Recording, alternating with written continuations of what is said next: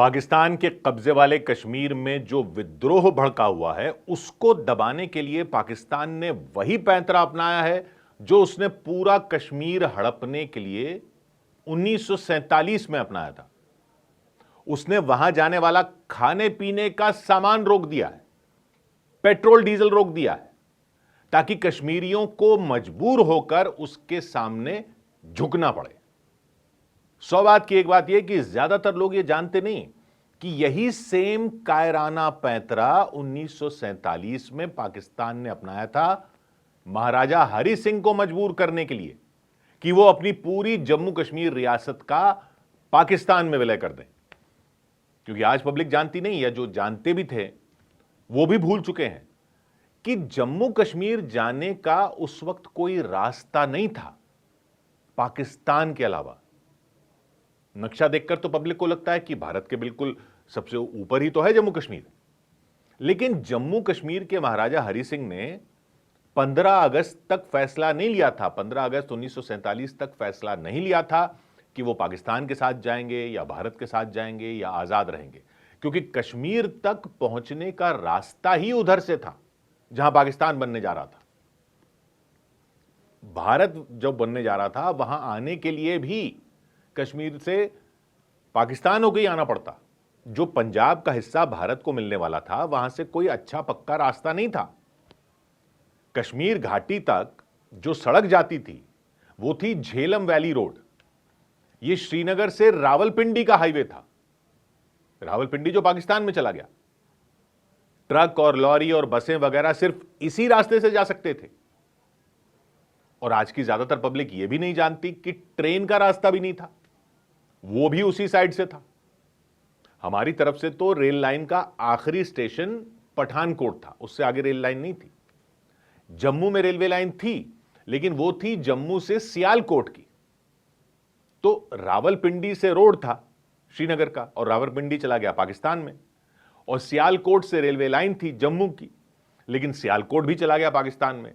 तो महाराजा हरि सिंह को यह देखना था कि जो जमीन पाकिस्तान को दे दी थी अंग्रेजों ने, जम्मू कश्मीर को तो भारत जाने के लिए भी वहीं से होकर जाना पड़ता।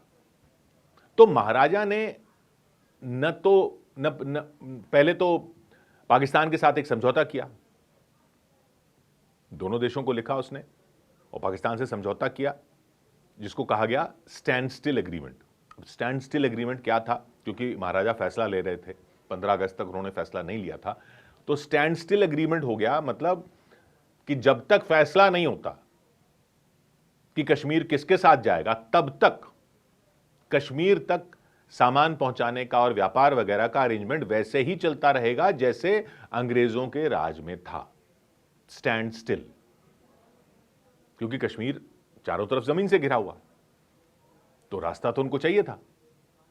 हालांकि गुरदासपुर, बटाला और पठानकोट तहसीलें भारत के हिस्से में आई थी, तो नक्शे पर देखकर तो आपको लगेगा कि यहां से भी तो जम्मू कश्मीर के जम्मू जा सकते थे, लेकिन असल में ऐसा नहीं था।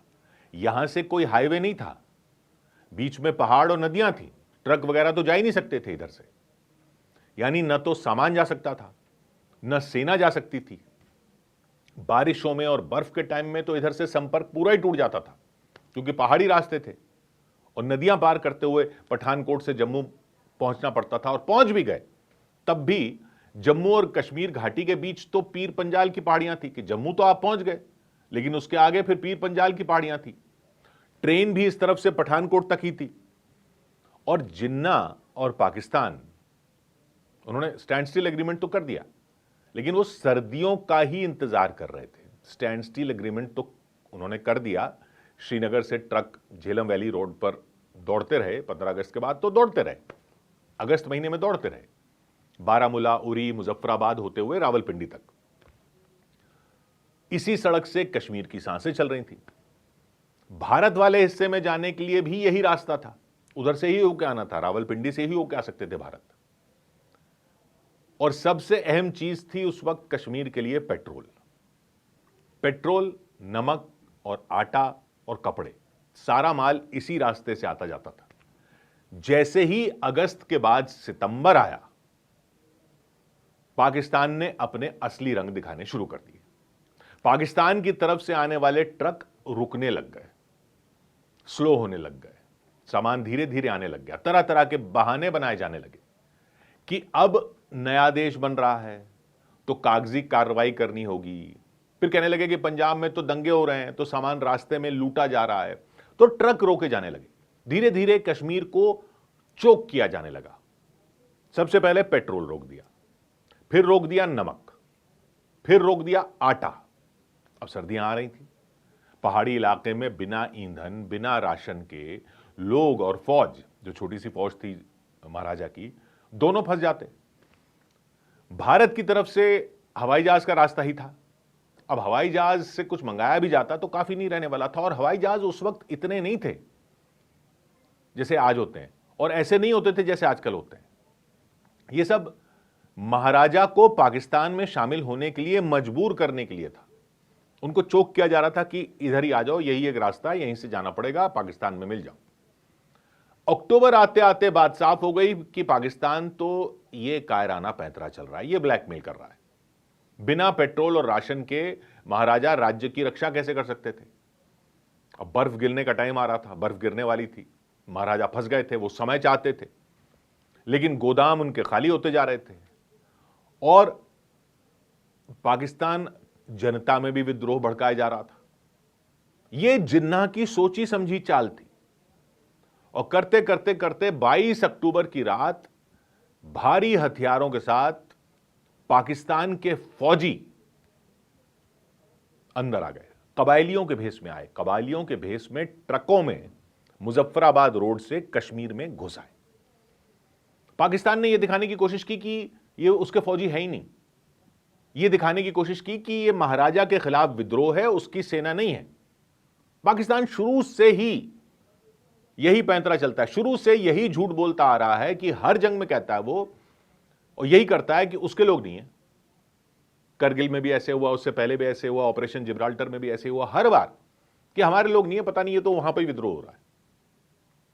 बाद में मान लेता है कि उसके लोग थे, तो उसने अपने फौजियों को कबायली बनाकर भेज दिया, और वो चीखते चिल्लाते लूटते आग लगाते आगे बढ़ रहे थे।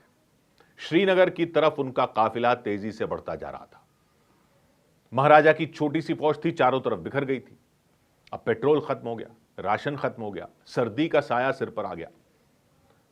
महाराजा ने लॉर्ड माउंटबेटन को लिखा कि भाई पाकिस्तान ने हमारी सप्लाई रोककर कश्मीर का गला घोटने की कोशिश की है, और अब इन लड़ाकों को भेज दिया है, औरतों की इज्जतें लूटी जा रही हैं, घर जलाए जा रहे हैं। लेकिन पाकिस्तान जो प्रेशर बनाना चाह रहा था वो चाल उसकी उल्टी पड़ गई, क्योंकि प्रेशर ऐसा बढ़ गया कि महाराजा ने कश्मीर का भारत में ही विलय कर दिया कि भाई आप ही संभाल लो। तो इधर विलय कर दिया, जो जिन्ना चाह रहा था वो महाराजा ने इधर कर दिया। यहां भारतीय सेना पहले से तैयार थी, वो पूरा देखा जा रहा था यहां पर कि वहां क्या हो रहा है, कि अब महाराजा को मदद मांगनी पड़ेगी, और भारतीय सेना के जवान तैयार थे, विमानों में बैठे एकदम से, और बाय एयर पहुंच गए हमारे फौजी कश्मीर में। विमानों में बैठकर वो श्रीनगर एयरपोर्ट की तरफ उड़ गए। पाकिस्तान से लड़ाके भेजे गए थे, बारामूला तक पहुंच गए थे। भारतीय सैनिकों की बहादुरी और हवाई मदद जो उनको मिली, उन्होंने उन्हें रोक दिया, और फिर एक एलओसी और लाइन ऑफ कंट्रोल बन गई। बाकी का इतिहास तो आप जानते ही हो। लेकिन जो ये आटा, नमक, पेट्रोल रोककर पीओके को घुटनों पर लाने की अभी कोशिश कर रहा है ना पाकिस्तान, ये कोई नई बात नहीं, ये उसका पुराना पैंतरा है। वो ऐसे ही कश्मीर को जकड़े रखता है कि वे रास्ता तो इधर से ही है। सड़क रोककर कश्मीर को ब्लैकमेल करने का उसका पैंतरा पुराना है, और वैसे नाम दे रखा है उसको आजाद कश्मीर।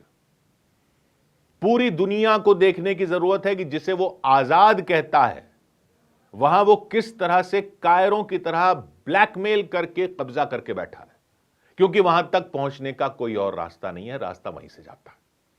100 बात की एक बात।